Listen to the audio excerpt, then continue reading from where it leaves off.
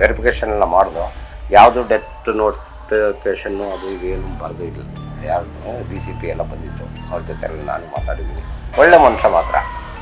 ಈ ಎಂಗೇಜಲ್ಲಿ ಈ ಥರ ಯಾಕೆ ಮಾಡ್ತಾನೆ ಅಂತ ನಮಗೂ ಒಂಥರ ಫೀಲಿಂಗ್. ಓಕೆ, ಇನ್ನೊಂದು ನೋಡೋದಾಯ್ತು ಅಂತ ಹೇಳಿದ್ರೆ, ಈ ಮನೆಯಲ್ಲಿ ನೀವು ಪಕ್ಕದ ಮನೆಯಲ್ಲಿ ಇರೋದ್ರಿಂದ ಈ ಮನೆಯಲ್ಲಿ ಏನಾದರೂ ಅವ್ರ ಗಂಡ ಹೆಂಡತಿ ನಡುವೆ ಗಲಾಟೆ ಅನ್ನೋದಾಗ್ಲಿ ಅಥವಾ ಕಿರ್ಚಾಟ ಅನ್ನೋದಾಗ್ಲಿ ಏನಾದರೂ? ಇಲ್ಲ ಇಲ್ಲ ಇಲ್ಲ, ಚೆನ್ನಾಗಿದ್ರು, ಫಸ್ಟ್ ಕ್ಲಾಸ್ ಆಗಿದ್ರು. ಇದು ನಮಗೆ ಒಂಥರ ಈ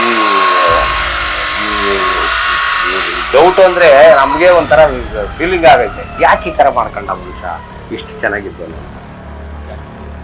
ಇದ್ರ ಜೊತೆಗೆ ನೋಡೋದಾಯ್ತು ಅಂತ ಹೇಳಿದ್ರೆ, ನಿನ್ನೆ ಪೊಲೀಸರು ಬಂದು ಕೂಡ ಇನ್ವೆಸ್ಟಿಗೇಷನ್ ಮಾಡಿದ್ದಾರೆ. DCP ಸಾಹೇಬ್ರೆಲ್ಲ ಬಂದಿದ್ರು. DCP ಸಾಹೇಬ್ರ ಹತ್ರ ಎಲ್ಲ ನಾವು ಮಾತಾಡಿದ್ವಿ. ನಾನೇ ಎಲ್ಲ ಫುಲ್ಲು ಮಾಜರೆಲ್ಲ ನಾನೇ ಮಾಡಿದ್ವಿ. ಏನಾದರೂ ಕುರುಹುಗಳು ಸಿಗ್ತಾ ಸರ್? ಇಲ್ಲ, ಅಂಥದ್ದಿಲ್ಲ. ಎಲ್ಲ ಬುಕ್ಸ್ ಎಲ್ಲ ಇತ್ತಷ್ಟೇ. PSI ಎಕ್ಸಾಮ್ ಬರೀತಾ ಇದ್ರು, ಅದನ್ನ ಪ್ರಿಪೇರ್ ಮಾಡ್ಕೊತಾ ಇದ್ರು. ಅದೆಲ್ಲ ಬುಕ್ಸ್ ಸಿಕ್ತು, ಬೇರೆ ಇನ್ನೇನು ಸಿಕ್ಕಿಲ್ಲ. ಅಥವಾ ಅವರಿಗೆ ಏನಾದರೂ ಮದ್ಯಪಾನ, ಸಿಗರೇಟ್? ಇಲ್ಲ ಇಲ್ಲ ಇಲ್ಲ ಇಲ್ಲ, ನೋ, ಅದೇ ಹ್ಯಾಬಿಟೇ ಆಗಿಲ್ಲ. ಒಳ್ಳೆ ಮನುಷ್ಯ, ಒಳ್ಳೆ ಮನುಷ್ಯ. ಅದ್ರ ಜೊತೆಗೆ ಅವರ ವೃತ್ತಿ ಜೀವನದ ಬಗ್ಗೆ ಹೇಳೋದಾದ್ರೆ ಏನಾದರೂ? ಏನಿಲ್ಲ, ಬೆಳಗ್ಗೆ ಹೋಗ್ತಾ ಇದ್ದ ಡ್ಯೂಟಿಗೆ, ಮಕ್ಕಳನ್ನೆಲ್ಲ ಸ್ಕೂಲ್ಗೆ ಬಿಡ್ತಾ ಇದ್ದ. ಪಾಪ ಫಸ್ಟ್ ಕ್ಲಾಸ್ ಆಗಿದ್ರಪ್ಪ, ಅವರ ಫ್ಯಾಮಿಲಿ ಚೆನ್ನಾಗಿದೆ. ನಿನ್ನೆ DCP ಅವರು ಮತ್ತು ಆಮೇಲೆ ನೀವೆಲ್ಲರೂ ಸೇರಿ ಅವ್ರ ಮನೆಯನ್ನು ಹಾಜರು ಮಾಡಬೇಕಾದ್ರೆ ಯಾವ ರೀತಿಯಾದಂತಹ ಸಂಶಯಾಸ್ಪದ ವಸ್ತುಗಳಾಗಲಿ ಯಾವುದು ಸಿಕ್ಕಿಲ್ಲ, ಏನು ಸಿಕ್ಕಿಲ್ಲ. ನಮಗೆ ಡೌಟ್ ಆಯ್ತದೆ, ಏನು ಸಿಕ್ಕಿಲ್ಲ. ಅದು ಏನಕ್ಕೆ ಅವ ಆ ಥರ ಮಾಡ್ಕೊಂಡ ಮನುಷ್ಯ ಅಂತ ಅದೇ ನಮಗೆ ಡೌಟ್. ಇಬ್ರು, ಒಂದು ಗಂಡು ಒಂದು ಹೆಣ್ಣು, ಪಾಪ ಚಿಕ್ಕ ಚಿಕ್ಕ ಮಕ್ಕಳು. ಇಲ್ಲ, ಇಲ್ಲಿ ಬಾಡಿಗೆ ಬಂದಿತ್ತು. ನಮ್ಗೆ ಆಕ್ಚುಲಿ ಶಾಕೆ ಆಯ್ತು. ಈ ತರ ಅವ್ರು ಯಾವತ್ತೂ ತುಂಬಾನೇ ಒಳ್ಳೆಯವರು, ಗಂಡ ಹೆಂಡತಿ ಎಷ್ಟು ಒಳ್ಳೆಯವರಾಗಿದ್ರೆ ಅಂದ್ರೆ ಅವ್ರು ನೋಡಿದಾಗಲೇ ನಮ್ಗೆ ಎಷ್ಟು ಖುಷಿ ಆಗೋದು. ನೋಡಿ ಎಷ್ಟು ಚೆನ್ನಾಗಿ ಪಾಪ ಮಕ್ಕಳನ್ನು ಎಲ್ಲ ಸ್ಕೂಲ್ ಎಲ್ಲ ಸೇರಿಸಿ, ಪ್ಲಸ್ ಆಮೇಲೆ ಅವರು ಅವ್ರ ಕೆಲ್ಸಕ್ಕೆ ಹೋದಾಗ ಇವ್ರ ಮಕ್ಕಳು ನೋಡ್ಕೊಂಡು, ಇವ್ರು ನೋಡ್ಕೊಂಡಾಗ ಅವ್ರನ್ನ ಇದು ಮಾಡಿ ಸೇರಿಂಗ್ ಕೇರಿಂಗ್ ತುಂಬ ಚೆನ್ನಾಗಿತ್ತು. ಬಟ್ ಈ ಥರ ಸಡನ್ ಆದಾಗ ನಮಗೆ ಶಾಕೆ ಆಯಿತು. ನಾನು ಏನು ಮಾಡಬೇಕು ಅಂತ ಒಂದು ಸೆಕೆಂಡ್ ಗೊತ್ತಾಗಿಲ್ಲ. ಸೊ ಈ ಥರ ಹೆಂಗೆ ಸಾಧ್ಯ? ಇದು ಮನುಷ್ಯನಿಗೆ ಪ್ರಾಬ್ಲಮ್ಸ್ ಅಂತ ತುಂಬ ಬರ್ತವೆ, ಬಟ್ ಫೇಸ್ ಮಾಡಿ ಏನಾದ್ರು ಮಾಡ್ಬೋದಿತ್ತು. ಬಟ್ ಇವರು ಈ ಥರ ತಪ್ಪು ನಿರ್ಧಾರನ ತಗೊಳ್ಳೇಬಾರ್ದಾಗಿತ್ತು ಅಂತ ನಮಗೆ ಒಂದು ಕ್ಷಣ ಅನಿಸ್ತು.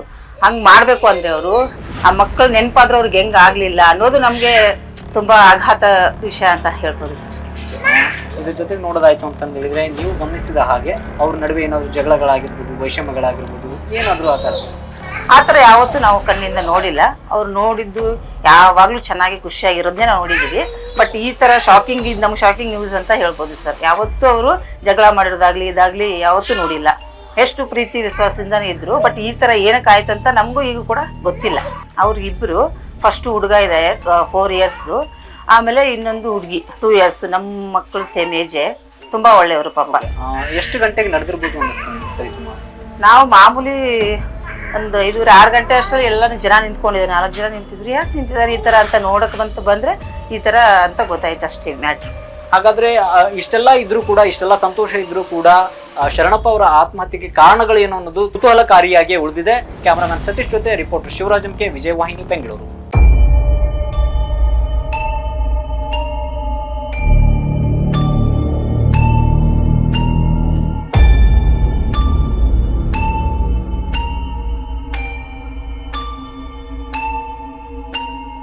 ನಮ್ಮ ವಿಜಯವಾಹಿನಿ ನ್ಯೂಸ್ ಚಾನೆಲ್ನಲ್ಲಿ ಪ್ರಮೋಷನ್, ಜಾಹೀರಾತು, ಅಡ್ವರ್ಟೈಸ್ಮೆಂಟ್ ನೀಡಲು ಸಂಪರ್ಕಿಸಿ 9535808456.